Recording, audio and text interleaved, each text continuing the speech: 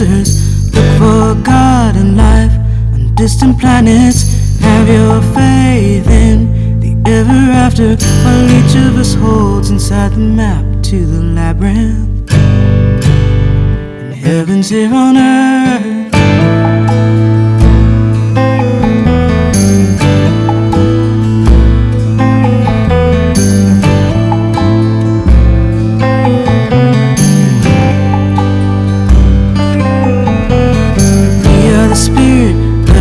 Collective conscience, we create the pain and the suffering and the beauty in this world.